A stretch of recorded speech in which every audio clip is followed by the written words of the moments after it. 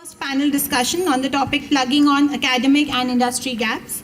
We are privileged to have Mr. Manmohan Malik, partner at Positive Momentum and founder of enrichingyou.in, moderating this discussion. Yes, Mr. Malik has over 30 years of experience spanning leadership roles at American Express, Oryx India, and Cox & Kings. Mr. Malik brings unparalleled expertise in leadership development, HR transformation, and executive coaching.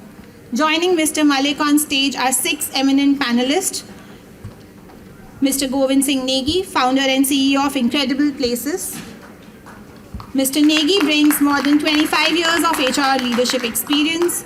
His work in transforming workplace cultures at 3 Pillar Global and through his HR Success Talk platform has been groundbreaking. We have Mr. Alvin David, Senior General Manager HRD at Newgen Software. He's a TEDx speaker and Top 100 Leader awardee with more than 25 years in talent management. His work in organizational psychology has shaped HR practices across industries. We have Harshraj Jain, Head of Talent for APAC and America at Ebix Inc. He's a LinkedIn top voice with more than 20 years in global talent strategy. His expertise in campus recruitment and diversity initiatives is widely recognized. Next, we have Ms. Gunjan Mishra, Head of HR at RNF Technologies, is a dynamic HR strategist with more than 17 years of experience in talent management, HR automation, and building future-ready workplaces. Next, we have Mr. Rohan Kumar Sudhan, AVP Campus and Early Engagement at WNS. He's an IIM Calcutta alumnus and award-winning campus hiring innovator with more than 14 years of experience in bridging academia-industry divides. Let's give our distinguished panel a warm welcome as they share their invaluable perspectives on creating meaningful synergies between education and industry.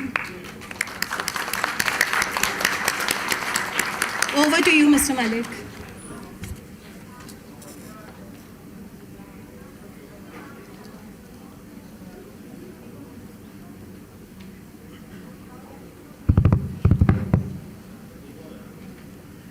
Am I audible? Yes, I think it's working now.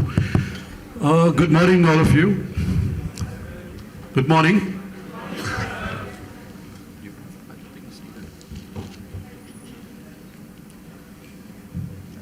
That's fine, yeah, thanks.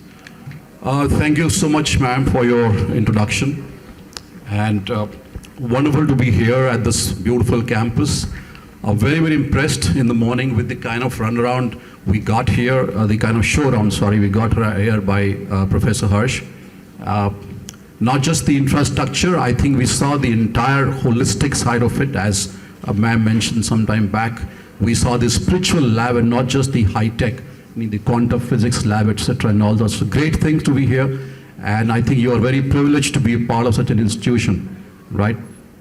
And also today, the opportunity to discuss under this first Swadhyay a very, very important topic, which is plugging the industry and academic gap.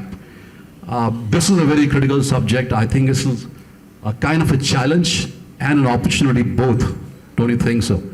It's a challenge, but an opportunity again at the same time. And really, because if you look at it honestly, does the curriculum really fully address the potential that it carries, right? And at the same time, does the industry feel that they're able to leverage the best in class or the world class or let's say cutting edge knowledge that institutes like WIPS provide to students? So there is a gap that we think is perceived or is it real, but the gaps exist. And that is what we're going to try and discuss today and dissect today, right? Leaving apart the unemployable situation that somebody spoke about some time back, if you look at these gaps, they actually result into lack of innovation and resulting further into stunted economic growth and also lack of actually addressal of societal issues, because if the gaps remain, the gaps do remain. How do we address them, right? So we have to talk about the brass tacks here and see if we can get to the heart of the matter and see how we can unravel this code and crack the code somehow. Okay? So shall we get to the heart of the matter right away? And I promise on your behalf, all your students, where I see a lot of eager faces, high anticipation as to what this panel is going to unravel for all of us. Promise to ask some uncomfortable questions, if that's okay with you, because we're all waiting for the answers. Yep. All right, so let's get going.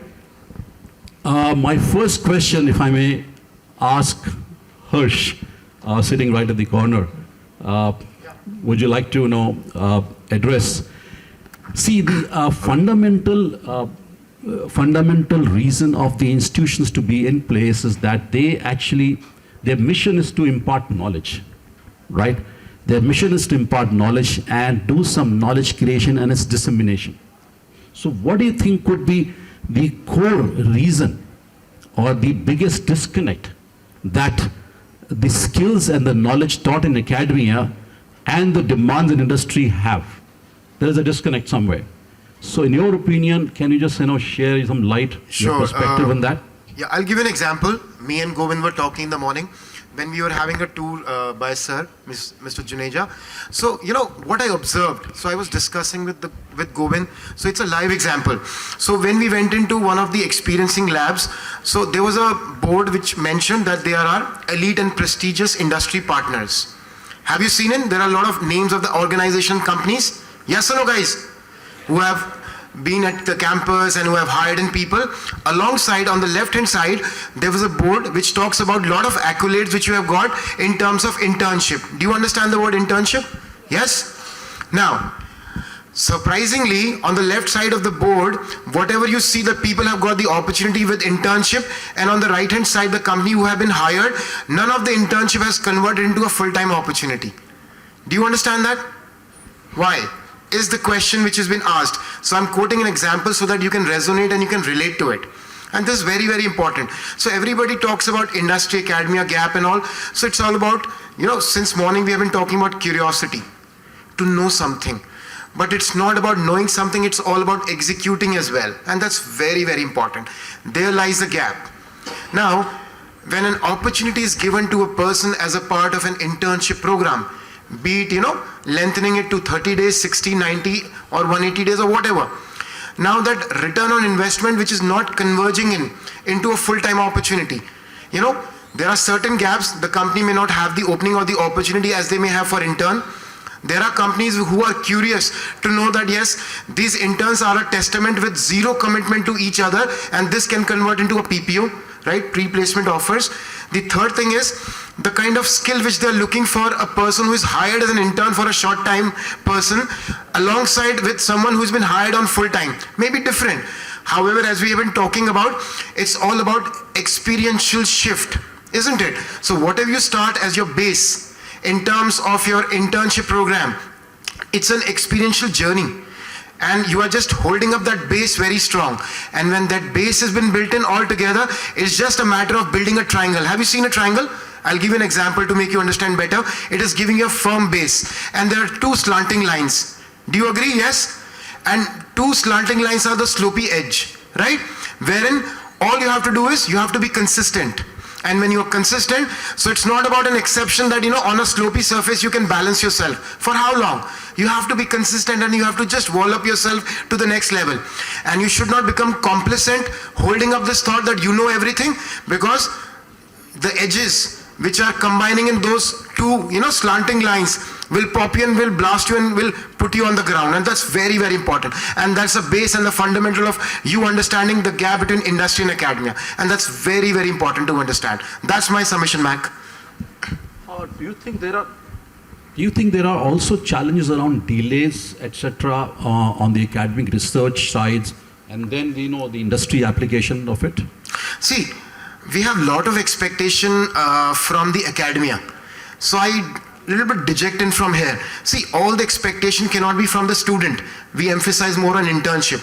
And since 2 years, we have been running a program, successfully running a program called as externship, where we teach the faculty members, believe you me, right? Because talking and storytelling is easy, but what you practically experience in, जैसे हम बोलते हैं ना, बात करना आसान है, करना मुश्किल है, क्योंकि वो यहीं तक ना रह जाए, practically on the ground is important. So, you know, all the expectation should not be from the student or academia. There is equally a reciprocation which has to be from the industry, and industry, my colleagues would agree here, have started to realize, you know, during COVID times, there were a lot of think tank which happened, and there was a lot of implementation which is happening in. So even the industry is also taking a lot of initiative to upskill in their faculty members. And what we do, I'll give you an example so that we can relate to walk the talk. During the summer break of the faculty members, or during the December winter break, we call them up. There's a 5 to 10 days industrial program and all. What we emphasize on is, because it is more on the day scholar ecosystem, so we call them up and we just try to show them what exactly we are doing in, what exactly is the expectation, how you can just build in and can put this into a build factory, that you can put this into the curriculum, so that our ratio of hiring should be on the knock. And that's very important. So I just use the word externship. Why? Because the kind of exposure, it should not be limited to the classroom. It should experience into the boardroom. Because they need to sizzle it well. You know, that textbook, that spreadsheet should not be, you know, limited to boardroom. That has to be on the lecture room as well. And they should know that. And that's very, very important. Believe you me. Because, you know, at the end, it's all about talking. No, it's all about implementing as well.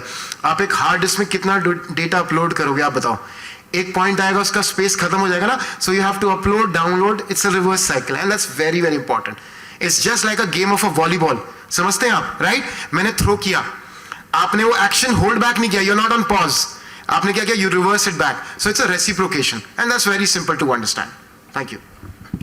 Yeah, thank you, Harsh. That was a good one, a good analogy you gave about volleyball. So it's all about how fast you can bring into application. So that's where the essence of the whole issue lies.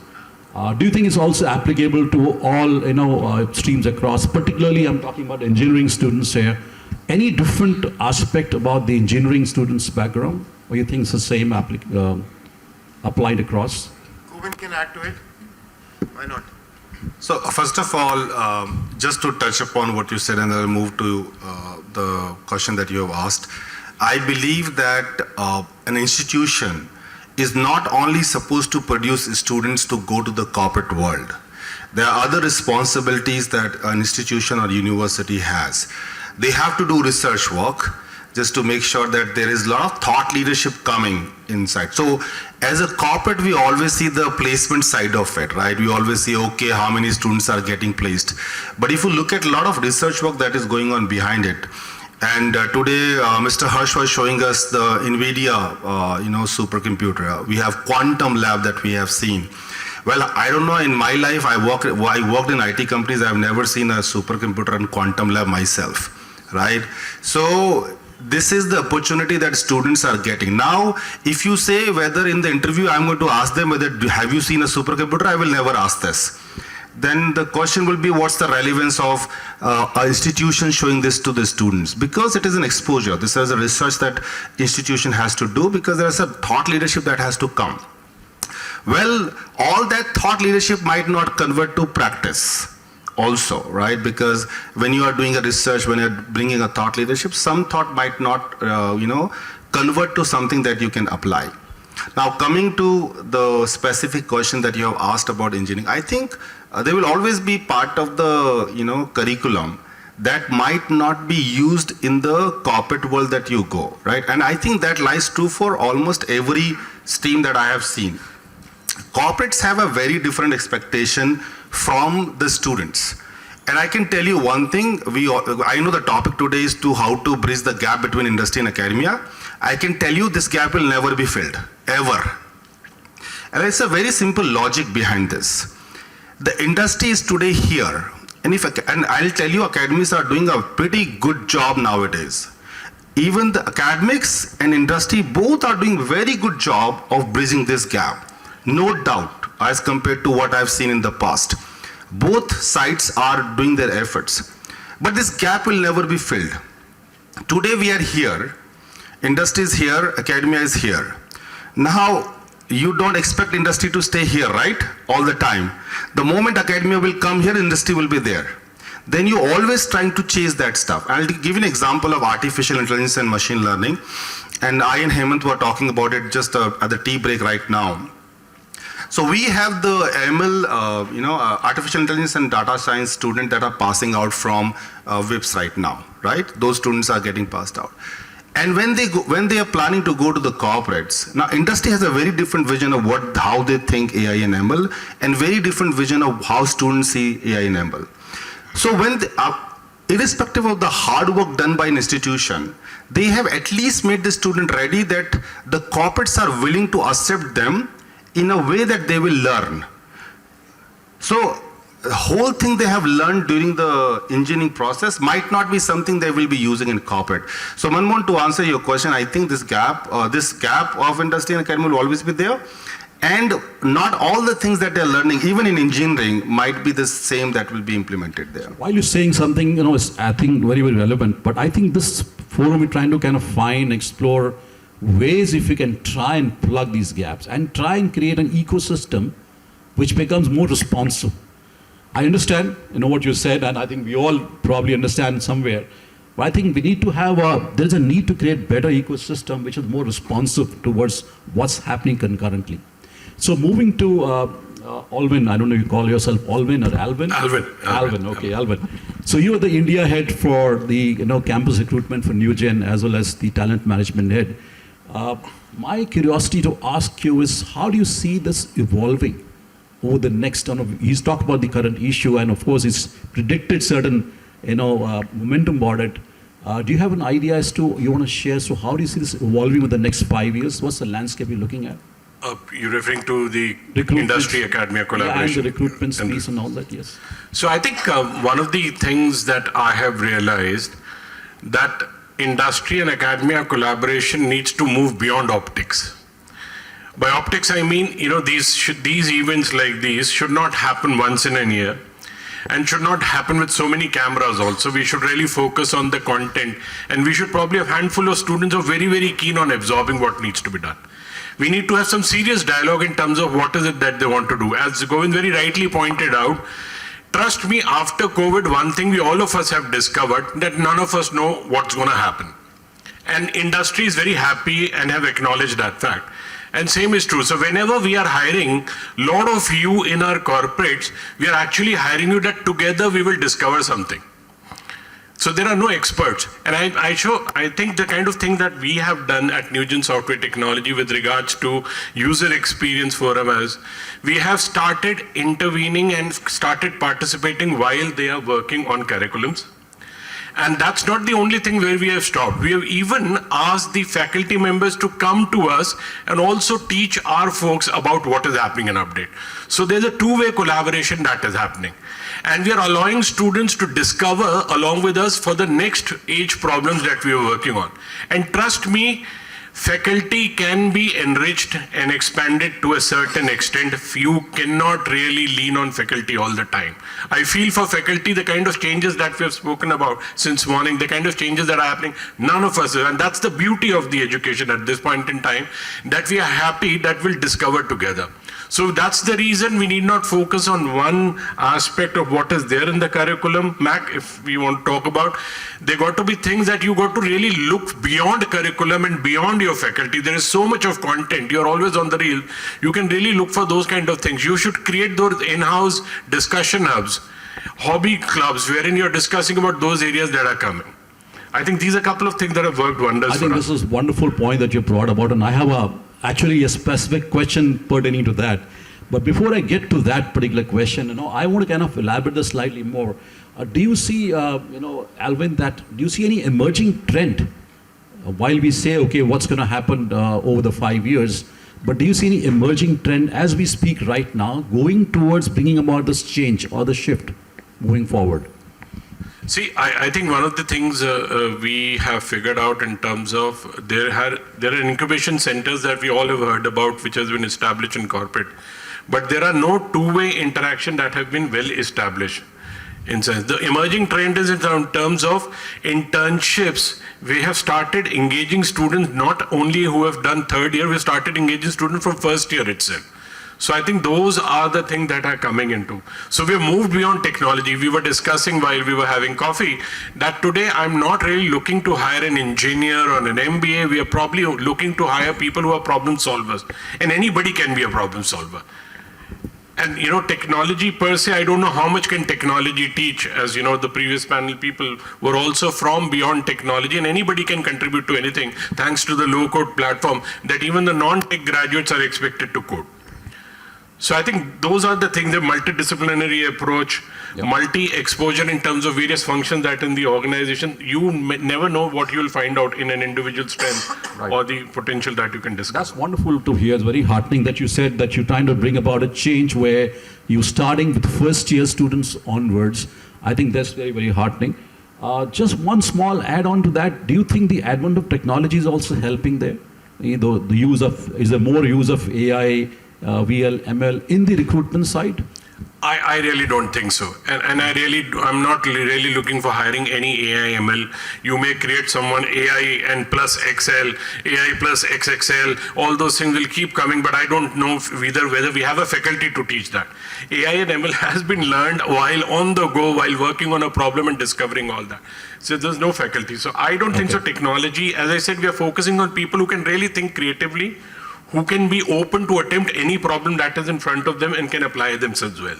And those are the attributes, and that's the reason the attributes that recruiters are looking for are beyond hardcore as well, in terms of do you have a curiosity. The word curiosity is a hard technology or hard attribute that we started looking for. Wonderful. All right, so something that's still very relevant and I'd like to bring about to table now is actually the collaboration piece between the academia side and the industry side. So Govind, if I was to come back to you one more time on this particular piece, and I'm very keen to hear your views because you run the incredible workplaces, organization. So in your opinion, what do you think are the main obstacles, if any, that you feel are existing in the collaboration piece between the two sides? Yeah, and I think there are gaps from both the perspective, Manmohan, if I say that. When you go to colleges and university, let me start from there. There are very few colleges and universities that are really serious about producing the quality of the students. And that's where I think the first gap of this collaboration. Because when you, like all of us are from corporate, I don't think any of us would like to hire a student that is not able to solve the problem, that is not good in soft skill, that is not even good in what he has learned in the academia. So many a times I have seen while interacting with the academia side, they are more focused on the number of placement they could do, the brand they can get associated with when they are placing their student. But I think the real thing comes when these university and institutions are started focusing more on the quality they can bring to their students. I think that's where the whole landscape of collaboration will change, because colleges are not looking for numbers. Even if I want 5 people, I need those 5 people to be very smart. So that's one concern that I see from the academia side. Again, from the corporate perspective, so this is the gap that I see from that perspective. The corporate one, we also have some targets in our head. Right, and again, as not all institutions are same, similarly not all the corporates are same. So many a times the corporate has their own targets. So the targets that we have is that we want to hire superstars, but we want to pay salary of an average performer. So even if any company that goes with a package of, let's say, I don't know, I just don't want to quote, but let's say 4 lakh rupees. They want the top of the psychometric test, they want the top of this and top of that and top of this. How that will be even possible, right? So this connection is not able to build. Again, I'll go back to what I said in the beginning, is that I do see that both the sides are making efforts. Despite of these differences, both the sides are making their efforts. What I don't see is that everybody making those efforts at this point in time. And it could be also because of the management from both the sides. The management of the institution have a particular objective to achieve, right? It could be their own objective. As I said, very few are quality focused. And the corporates have their own objectives to achieve. So I think somewhere in the between we need to bring those together. So these are the challenges I see, the differences of what they want in particular. Absolutely, I think you're spot on. So thank you for that answer. But I want to kind of bring this a little more forward. Do you see any misalignment of expectations either side? When I say misalignment of expectations, I mean, what about things like, are you facing any barriers in sharing of knowledge across any concerns about academic research being shared further? Any concerns there that come up during any conversations? Yeah, I'll give my 2 cents, and then because Gunjan said that she wants to answer that, so I'll give it to her. There are a lot of barriers there, and there are a lot of differences, and there are a lot of misalignment. You have seen many a times corporate, as corporate we always say that academia is not ready for what we want to produce. If you really put academia here, they will say the same thing. They will say the only thing is they get less chance to sit here, more chance to sit there, but if the academicians will be here, they will tell you 5,000 things that the industry should do. And I'm telling you, going to give you an example of, and I will pass on to Gunjan. I run this community called HR Success Talk. And 3 years back, because all of us used to go to the panel, like all of us, right? And I think majority of us are part of the community. And we used to say the same thing, like, okay, academy need to do this to, reach to the industry. And one day on the coffee we were talking and said, like, we always tell them to do something. What are we doing? We need to also do something, right? It's not aapki taali dono haathon se bajegi, ek haath se to bajegi nahi. Just because they don't get the chance to tell this on your face, that doesn't mean that they don't have things to tell. That's where we started this vertical called college collaboration, where we're collaborating with colleges. But now, cutting the story short, what I'm saying is that from both the sides, there are very huge difference of expectation mismatch.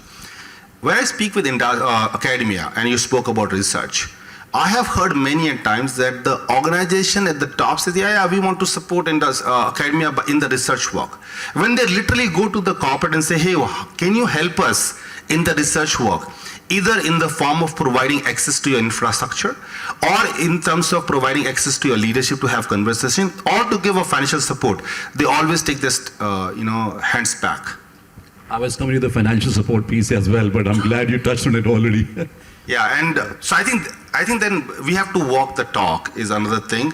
And industry has a lot of pain area, and I think we should do some sessions where the industry has hit this side, and then we should listen to them what challenges they are facing. Absolutely. But I know Gunjan wanted to say something, so. Most of the points have already been covered by Govind, so he's the one who always steals the show. But before I actually answer this, last row mein jo log baithe hue hain, I've always heard if 2 women are sitting together, 2 females are sitting together, they cannot, keep their mouth shut. But I think the other way around. 2 guys are sitting and they're not, they've been continuously talking. So guys, if you're here, please utilize this opportunity for us to answer your questions. You may be inquisitive about certain things. Please feel free to ask us. We did not get these opportunities when we were back in our colleges. So if this is the opportunity, utilize it at the best if you can. Last row. Why don't you guys, switch off your phones and exchange it like Amulya said earlier. Ek dusre ko de do. Switch off karke dena so that they cannot check your Instagram stories and personal messages, but do it. At least pay little attention right now. Okay? Right. So, to continue what Govind said, I think the challenge is again expectations and reality. Organizations ki expectations hai, aao aate hi shuru kar do. But they don't want to put in any effort as in to train those freshers, interns, by not even giving internship opportunities. Similarly, industries, academia ko lagta hai ki now, we have signed this MOU with this company. Now it is their responsibility to, hire our folks. Why? There's nobody is doing charity here, neither the academia nor the industry. So we have to come on a ground wherein both the parties are helping each other in terms of, to bridging the gap what the industry and what academia have from each other. So that's very important. That is something we need to understand. And Govind has already covered most of the points. Ki kya challenges hain? Organizations should come and offer their time to students. वो किसी भी form में हो सकता है. Like what we are doing is also one of the same thing, right? we are here. I was supposed to be in the office, but I'm here so that I can try to fill this gap little bit. Similarly, आप लोगों को भी, students also need to put in efforts to ask us questions, to be connected with HR or LinkedIn, and be whatever questions you have and you think you should know before you actually go for an interview or go and join any corporate. Please list down and use the opportunity. So this is it from my end. Harsh. Please, yes. So both of the guys. Hear me out. Okay. अभी So, इनको भी बोलना आपके बाद. अच्छा, रोहन भाई, Please, we एक want to hear you, minute. of course, yes. So guys, what we are talking here, ठीक है, I'm not the moderator. Just to simplify this, पता क्या है? It's all about the speed and the efficiency. पता क्या होता है बहुत बार?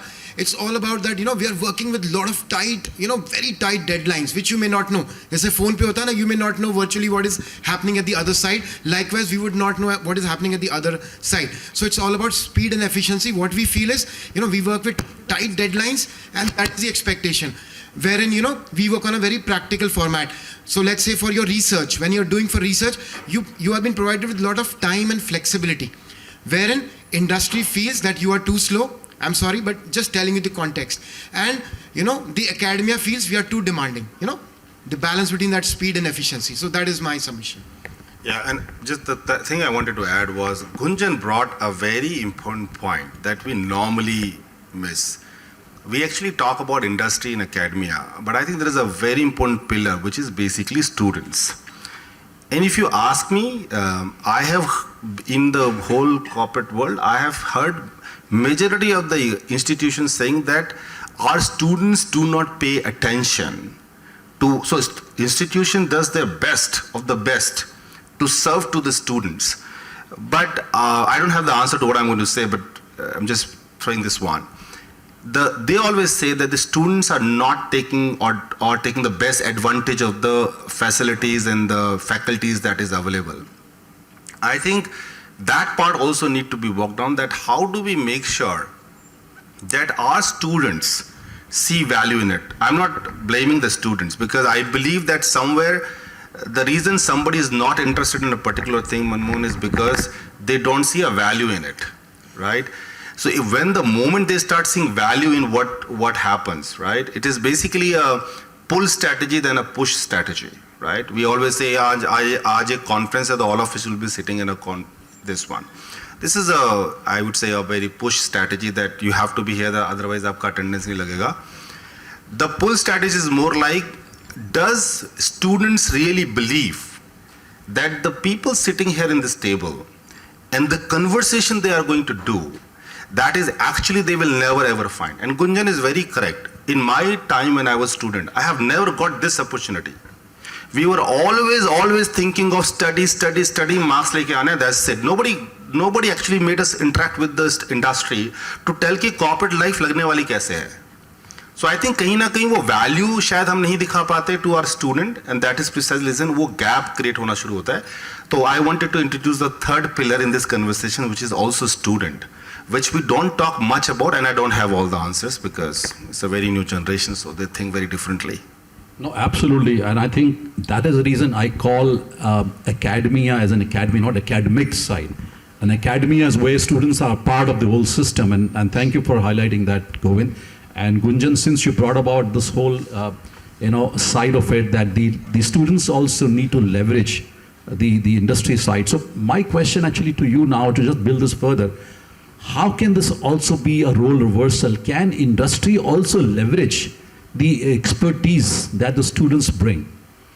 And how can we, if there's any way, create a mutually equitable and rewarding partnership both sides, where the industry also leverages the expertise that the students bring?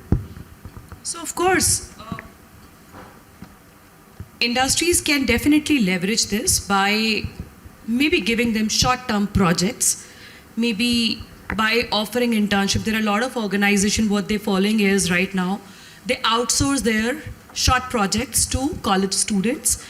And by this, students are getting hands-on experience, and at the same time, organizations are getting their work done at no cost, almost at no cost. So it's a win-win situation for both the parties. But what Govind just said, I'll just, come back to the previous discussion that we were having. Again, these two guys, I would definitely want to know your names. Excuse me, I'll just close this door. It's distracting to me. It's very distracting to me. Yeah. So I think attention to detail and utilizing the moment and opportunity is what student needs to focus on. That is one. Now it's a matter of demand and supply. There are so many college students are completing their graduation, BTech every year. How many opportunities are there? What is making you what is there which is making you stand out from the crowd? Right? So coming back to the main point, yes, I think by offering short projects, as I mentioned, internships, and maybe making them part of the live projects that they are working on, I think industry organizations can definitely utilize their skills. Absolutely. Just, please. Sorry to interrupt. One more example, Mr. Juneja is sitting here. We call this word as professor of practice.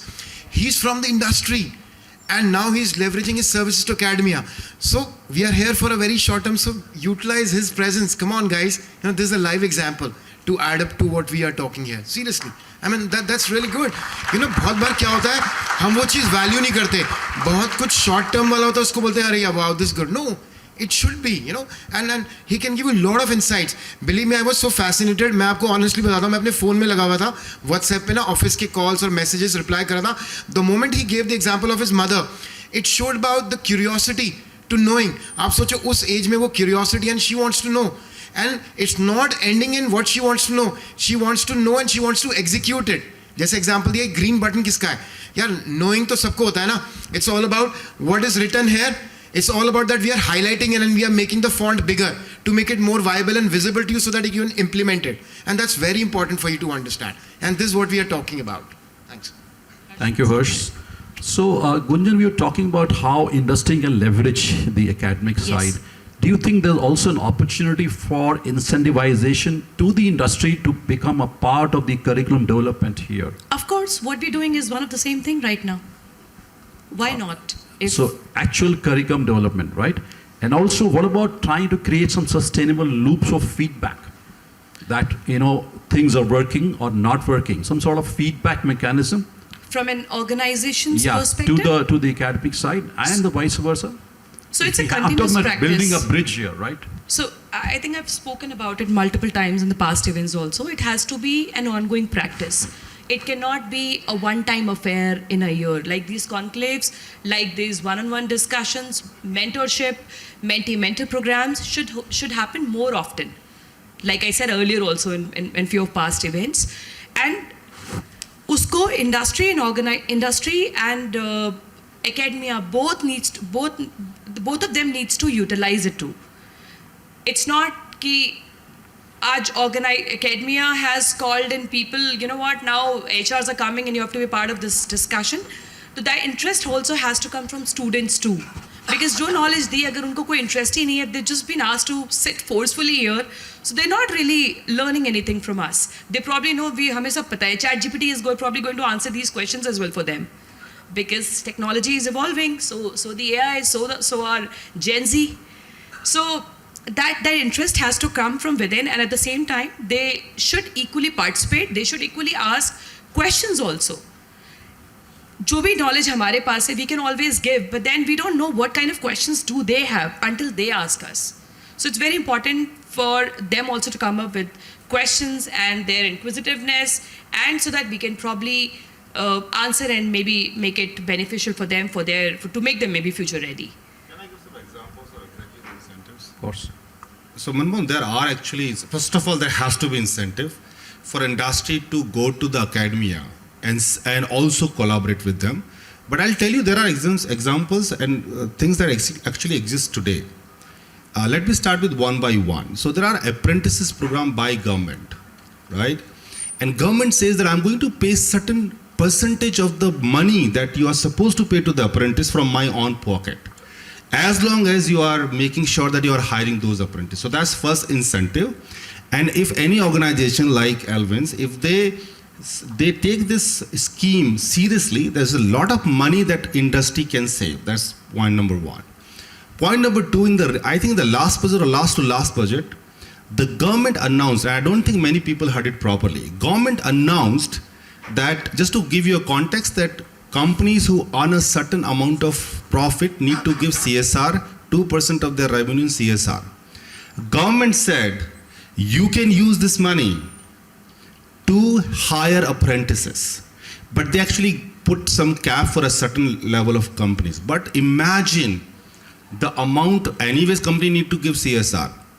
Now if I have to give a CSR of 10 CR in a year, and if I'm getting apprentices, it's free for me, right? It's an incentive, direct incentive for industry.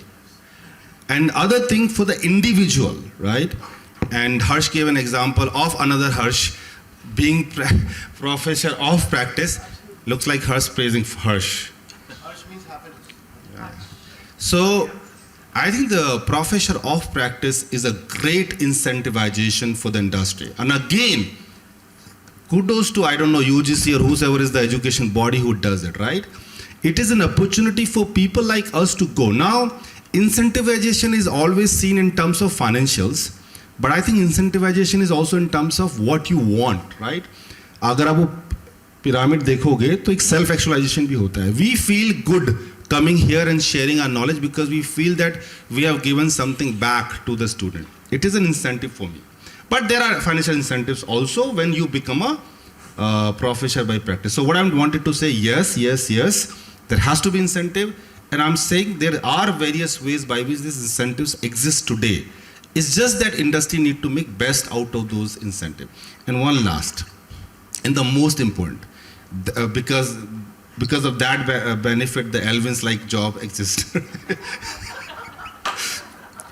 Freshers are the most important profit that a company can get.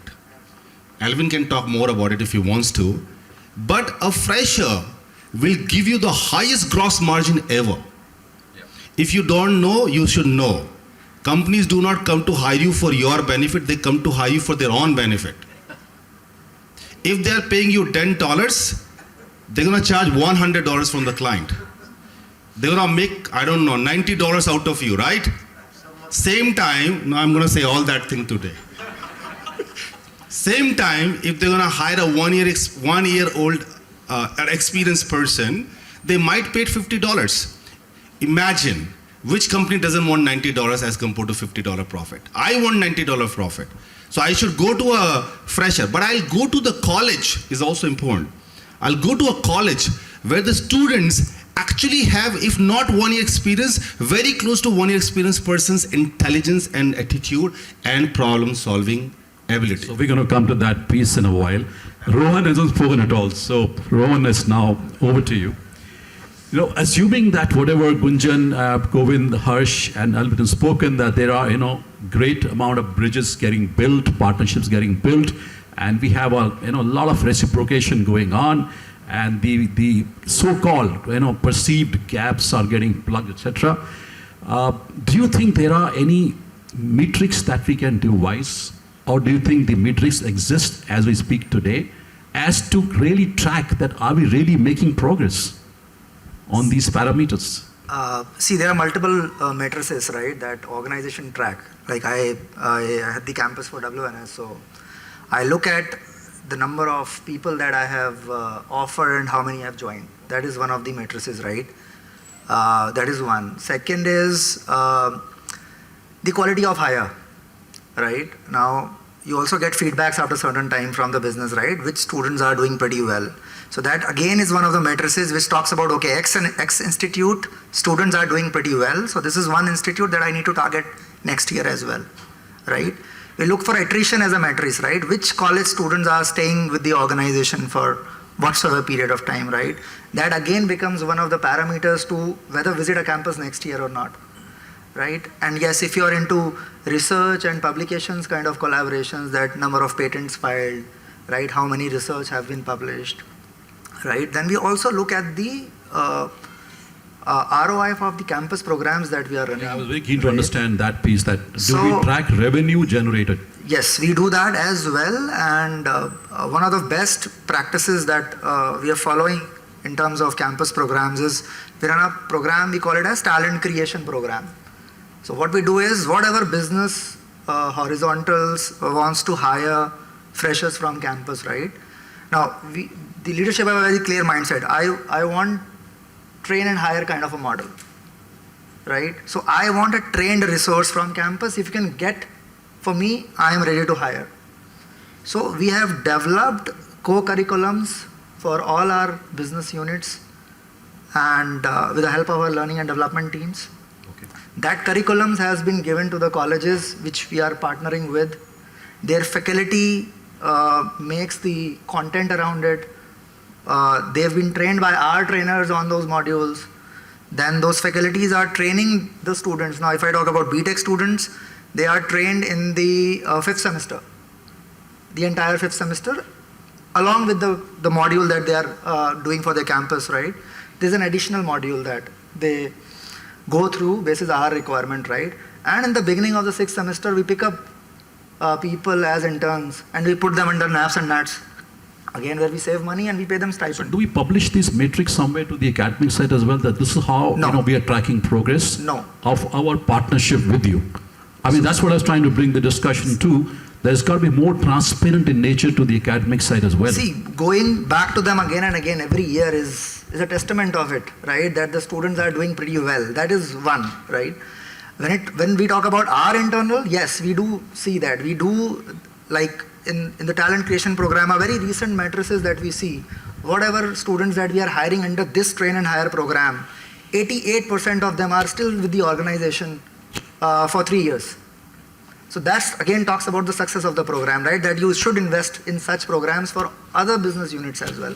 So we are doing this in MBA space, we are doing it in graduate hiring space, we are doing it in technology space. So this is one practice that is going on. Okay, that's very heartening. Okay, in the interest of time, we'll move pretty quickly. Now, last just couple of quick questions, and anybody can take that question, is are there any opportunities of co-creating knowledge bases between the industry and the academic side? Can we look at co-creating platforms of any kind? So we have already done that. We are sharing those platforms with the faculties at college. So whatever modules are being taught to the students in person by the faculties, right? There's also an online module of it. The students and faculties both have an access to go through that. See, the question really was how we can move beyond a very transactional kind of relationship into more symbiotic and more inclusive relationship where we have opportunities for students to get exposed to, let's say, for example, the industries are very globalized in approach, globalized in nature. Are there any opportunities for the students to be also getting opportunities to go abroad to get exposure and get broader, broaden their perspectives? I don't think so that will happen till the time students have something really meaty to offer. I'll share my example. We went to IIM Calcutta in 2022 and we were able to pitch ourselves as one of the leading companies who's working on AI and ML. And we hired only 2 or 3 folks whom we were paying stipend. But beyond that, there were 15 students from same IIM Calcutta who was working as unpaid interns also. Okay. So the hunger and in terms of the meaning to get real exposure to that kind of learning will still happen unpaid. I think Govind, जब 3 pillar में थे तब वो revenue model discuss नहीं करते थे, अब CEO हो गए तो discuss करने लगे. So in terms of, for students, let's keep the focus right. Don't focus on the first salary that you're getting, focus on the last salary that you will generate. It could be the CEO or the HOD that you get. So there are organizations, obviously कोई organization charity नहीं कर रही है आपको hire करके. We have always said that in terms of हम यहाँ पे आए हैं. So I think one of the other things, Mac, is like Hemant would have been in a discussion with all of us for some time. And I don't know after how many discussions, how many WhatsApp, how many calls or missed call that we are finally here. This is where the relationship starts. This is where we really get to know what the kind of hunger that students have, whether it really makes sense for me to collaborate with this institute and take it further. So all these are also real-time metrics for the institute, which may not have any ranking or accreditation per se, but will really move fast. We have launched one of the programs for one of the leading universities in Punjab, wherein we are saying that it's a co-sponsored program in UX design. And I heard many organizations like AI and ML BTech courses have been launched with them. That gives a lot of footing and learning for students. When I'm invested in terms of co-hosting or collaborating at that level, then there are all kind of exposures also available. That's very heartening to know. Okay, so one final question in the interest of time now. Alvin, you actually touched upon in your answer some time back about really the requisition of some skills which are beyond the technical skills, right? What are those skills? Let's talk a little bit about them. What exactly are the success mantra for the students sitting there that, okay, you can get a technical degree, but what else will make you successful in the corporate landscape? So I think one of the things we were also discussing with some students while we were having coffee, in terms of how original are you? You know, एक replica hai, everything is available on Insta, Snapchat, Facebook, LinkedIn. How original? What is so unique about you that a recruiter or any organization will interest? How can you appear more unique on your CV? Are you collaborative? I know our whole education system makes someone more individualistic. How best can you collaborate? Can you work as a team player? Do you have compassion? Are you real time, can practice empathy? Can you really understand what other is thinking? And as a coder also, can you really understand the user mindset and then integrate that back in the code that you're doing? So these kind of collaboration, compassion, passion, curiosity are the real-time words and things that organizations are looking for. And while we talk, we are in discussion in one of the psychometric creators that is there a test on curiosity that we can create? So we are real-time looking for those kind of things if you have it, and that's a differentiator compared to कि हर एक का 90% आता है आज की date में तो. So I'm trying to look for in terms of what are the differentiators. In fact, talking about curiosity, just reminded of the CEO of Zerodha's comments some time back. He says, I hire for curiosity. I actually analyze the curiosity level of the person who wants to come on board with us. So, in fact, this is very close to my heart that, I actually get paid for that. I make a living out of that. I'm a coach on the soft skills side primarily. So, how about emotional quotient? How you can navigate, let's say, conflicts within the corporate landscape, right? We need to have skills around that. Don't you think so? We need to develop emotional. Anybody wants to kind of touch on that? Conflict management, crisis management, problem solving, creative thinking. And even financial management for that matter, in terms of how to deal with money, how to manage money, all those things. And obviously concentration. जब मैं पूरा life, पूरा रात अपना reels पे लगा देता हूँ, I really hardly interact with people.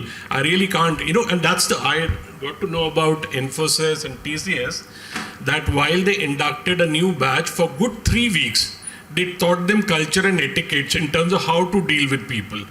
And trust me, it's from, my daughter is in class 10th now, since 9, school is becoming obsolete. हमारी personality जब 9, 10th, 11th, 12th में बनती थी, वो इतना important phase होता था when somebody used to really discover themselves. Those things are not happening in schools anymore. And in college also suddenly, and then you start imbibing in terms of how to interact with other, and then people are giving you points across that. While I was asking कितना percentage आ रहा है. So I think that's where we can start working on, and those things are really, really missing. Great. Thank you for your comments, gentlemen and lady. One question I have, very curious question for the academy, if anybody wants to kind of take that up and may help us to kind of some sort of insight. Can we try and create and foster a culture of entrepreneurship within the student base? India is becoming the startup capital of the world, and there's so many unicorns getting made out of India. So, do we have a culture of entrepreneurship and intrapreneurship within WIPS at this time, or do you think it's a valid input from anybody of us that we should actually have that culture if we don't have that culture right now? Students can be actually allowed to fail. I mean, that's how the entrepreneurs really, stand up in their feet. They are encouraged to a certain extent. They put in resources, they fail, they learn from the failures, and then they restart the whole project. And then they go all the way from the learnings. So if that kind of culture can be brought about, that will help, I think, the students to get better prepared for future. Okay, so one final thing from the students now. If anybody wants to ask any question from your side, to the panel. Feel free, it's your opportunity. If you had, let's say, a magic wand in your hand, what would you do with that, like a Harry Potter to plug the gap? Anybody wants to say anything on that?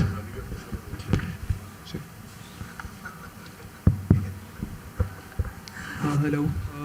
Very good afternoon to all the respected chief guests. First of all, thank you so much for your valuable words and the insights that you have provided to us. We are very much glad for that. And my basic question is that currently I'm in 4th semester, and in a couple of months I will be a pre-final year student. So my main question is that there is a lot of technology that exists that we are very much curious to learn. For example, be it AI, be it machine learning, be it data science.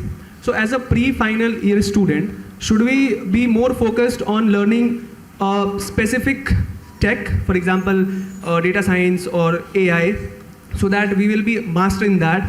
Or should we try, should we still try all the technology that exists as a trial basis? Like there is a quote that jack of all trades and master of none. So should we more focus on being of the master, or should we be more focused on being the jack? So that's the question. Anybody from the industry? What's your name, sorry? Piyush Raj, sir. So Piyush, I think there are a couple of things I would say to you. One is that from a technology perspective, technology is going very technology agnostic. So today what you see, you won't see tomorrow. So I think what you need to focus first of all is on the fundamentals. Irrespective of whatever technology or language that you are going to use, if your programming logic techniques are good, I think you will be able to survive with any technology that comes, right? And in the era where a lot of chat GPTs and DeepSeek can also write codes, I think writing codes might become a task that might not be considered the premium one. But what will be considered premium is that whether you are able to apply those logics in what you're doing. So that's point number one. The two is that I think you need to have expertise on some technology. And I'm not saying that you should become expert of that technology for a whole your life.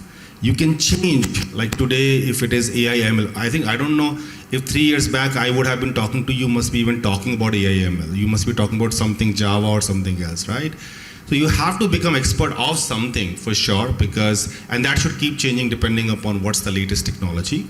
But at the same time, you should have a fair good idea of what other technologies are in that ecosystem. Right? You can't learn everything, right? But in the ecosystem of what your expertise is, you should have a fair good understanding, so that when there is a conversation happening around that, you will be able to understand what you're talking and how to use those tools that are within that ecosystem of your expertise area. How can you use them and leverage them in your expertise area? So that's what I would say. All right, thank you so much. Very quickly, we are out of time. Can I also answer? Yeah, sure, of course. Okay. So you said jack of all trades and master of none, right? So I would say be master of one, right? And have a knowledge of other technologies as well at the same time.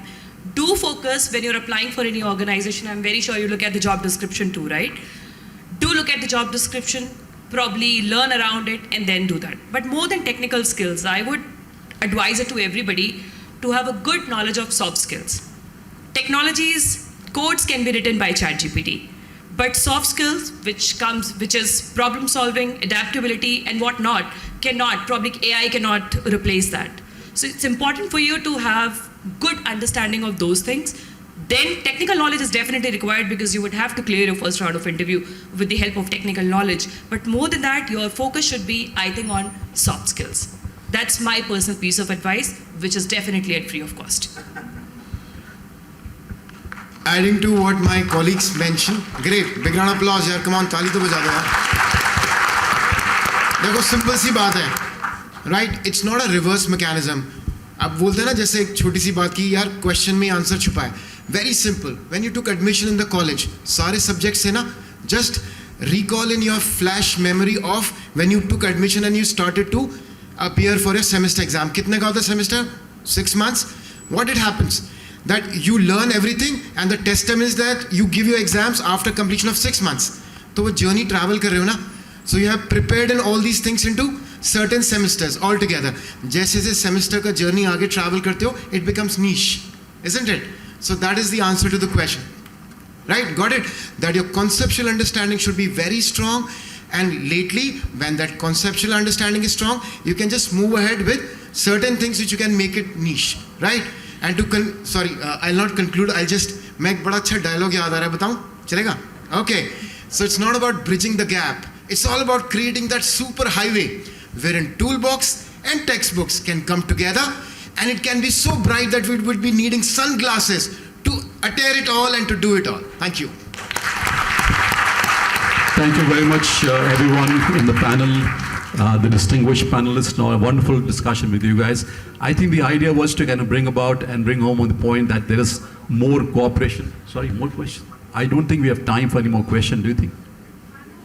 We can take another question? Okay, so another question at the back. So, good afternoon, everyone. I have a question and a point for the technical roles that interview happens for the technical roles. So the first step for the technical roles is that the OA happens, right? So they check our technical skills and everything. Then the interview happens, technical interview. So I have a point and a question. The point is that if I have seen many people, they solve everything and still they get rejected. So I don't really understand the point of rejecting candidates when they solve the question. I think the part lies in the soft skills. There's something missing in the soft skills. So how do companies, check those soft skills in a 45 minutes interview? And the point is that even if we get rejected, I think it is slightly impossible for the companies to give the feedback to the candidates, but it is somehow necessary to give the feedback to the candidates. I have personally asked companies to give me the feedback as to why I was rejected if all of the test cases was cleared, and also the technical problems I've solved. The interviewer said that yes, you are a type of candidate we are looking for. So the company said that you shouldn't question our decision. You have check mark the box that you will not question the decision the company will make. Okay. I'll take it up. So, see, first of all, when any organizations, right, visit your campus for any opportunity, the first step is the online assessment. Yeah. Right? When you are able to clear that online assessment, some basic knowledge around it, then comes your interview. Yes. Right? So, interview is all about your basic conceptual knowledge, right? When you talk about technical interview, now technical interviewer also look at your behavioral soft skills as well. Soft skills comprises of a lot of factors. Comm skills is the most important coming out of it, right? These days, how technically good you are, if you're not good in comm skills, and if you have to be thrown into a client-facing role, the company might not pick up. If they have some back-end job roles wherein you have to just interact internally, they may pick you, right? But then it becomes a challenge where the people doesn't have good comm skills.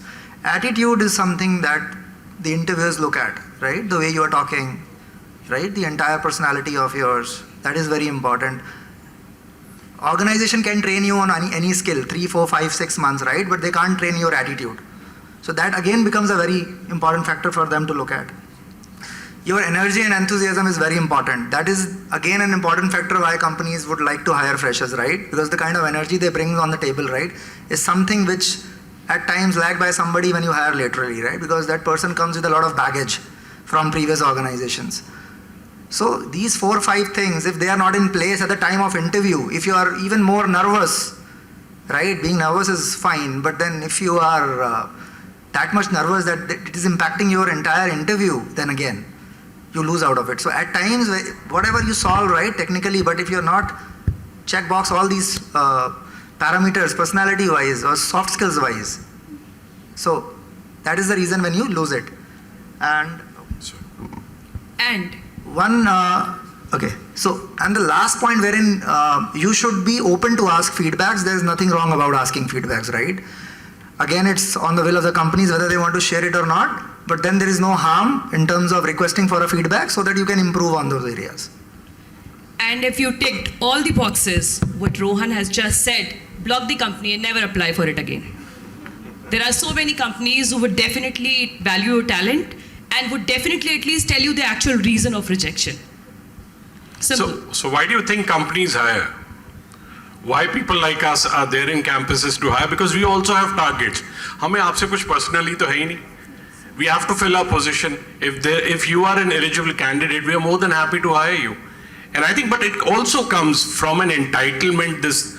I'm sorry to say that this generation feels कि मेरा 100% क्यों नहीं आया?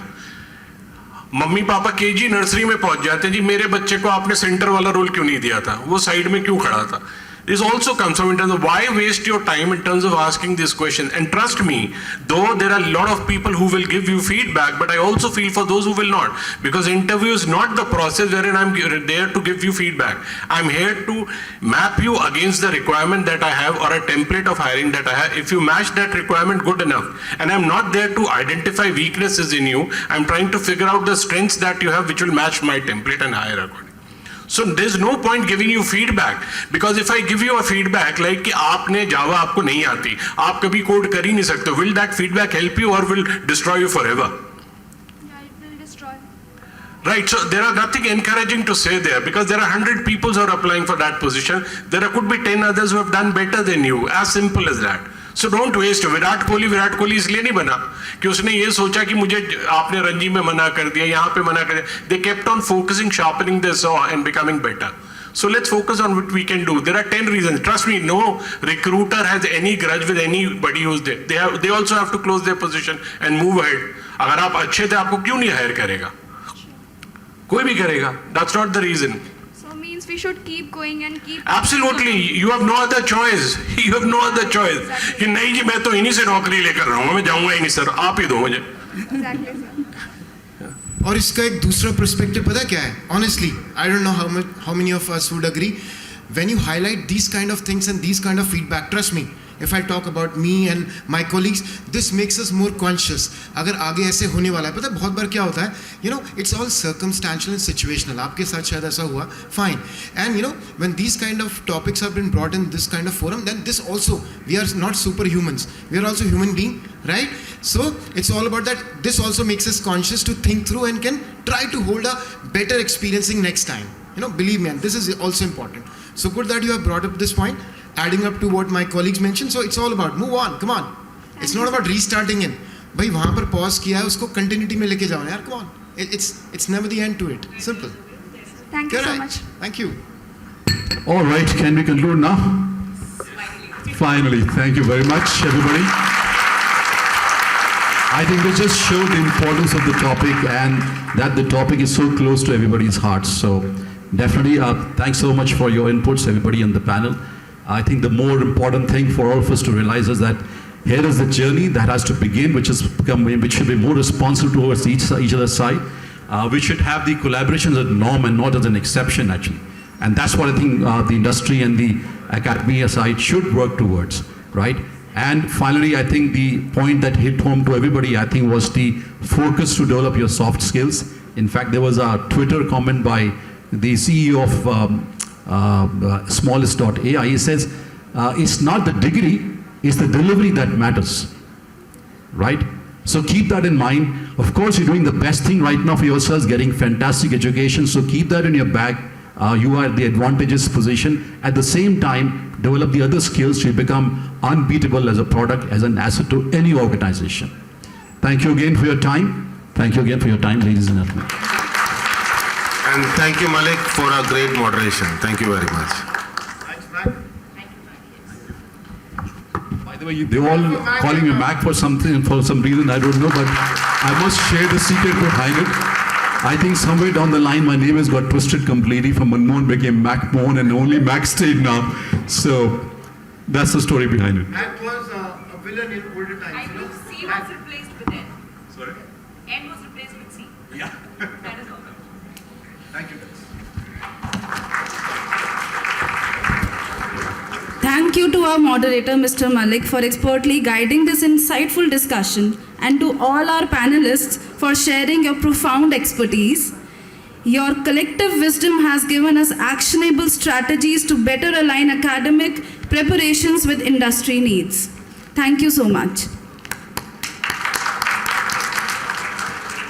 May I now request Professor Nidhi Sharma, Dean Applied Sciences, and Dr. Nihar Ranjan Roy, HOD CSE to join us on stage to felicitate the guests.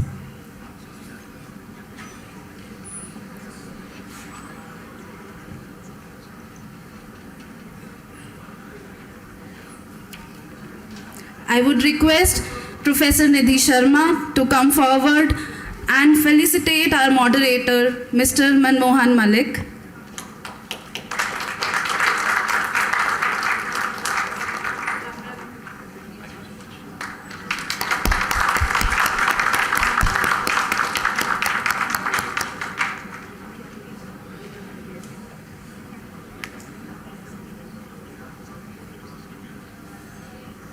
This is a gift for you, sir.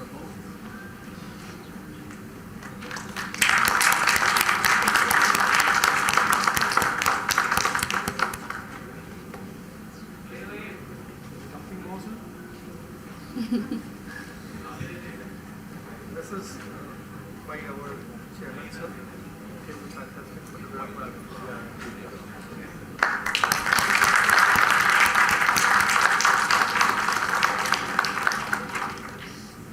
Now I would request humbly our Nihar Ranjan Roy, Dr. Nihar Ranjan Roy to felicitate Mr. Govind Negi.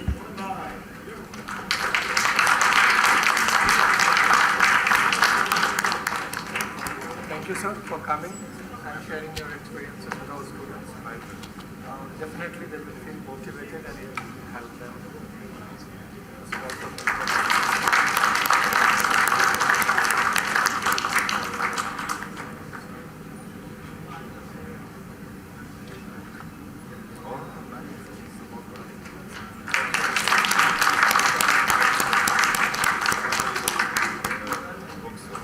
May I request now Dr. Anand Kumar Singh, HOD Electronics, and Dr. Adil Ashmi to come on stage to do the felicitation of the guests further.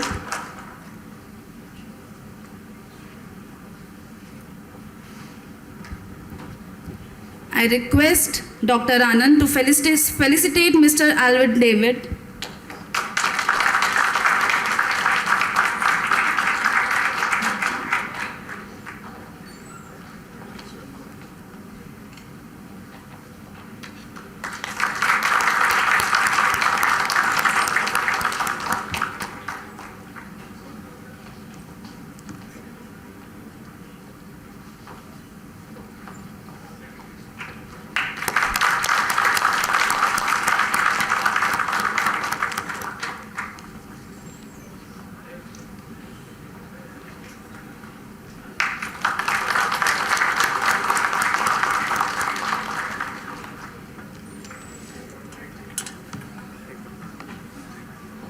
I request Dr. Adil Hashmi to felicitate Mr. Harsh Raj Jain.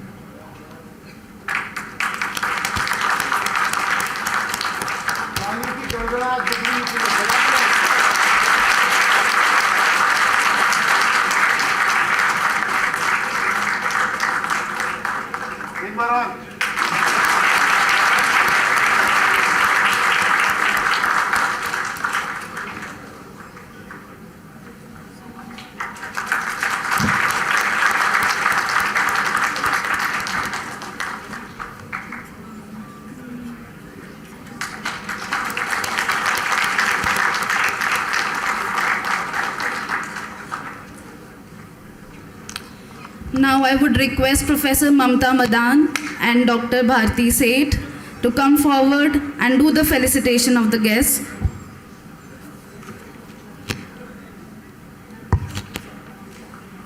I request Professor Mamta Madan to come forward and felicitate Ms. Gunjan Mishra.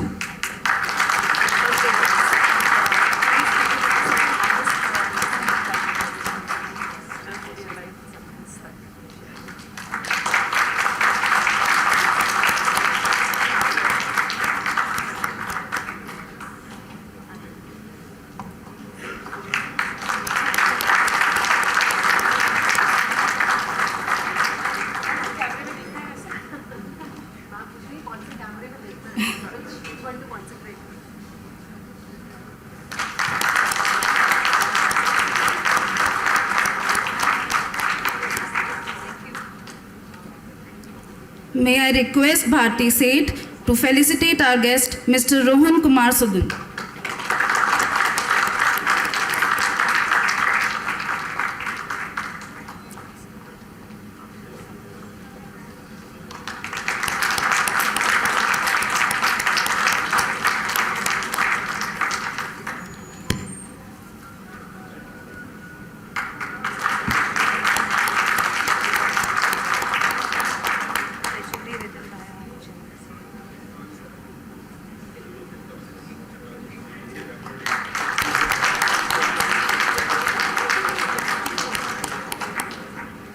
Thank you so much. I would humbly request all the faculty members present here and guests to come on stage and join us for one group photograph.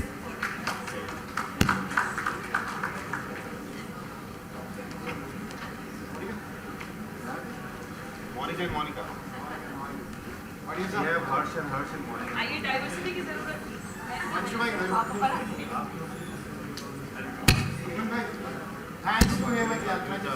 Ma'am, please.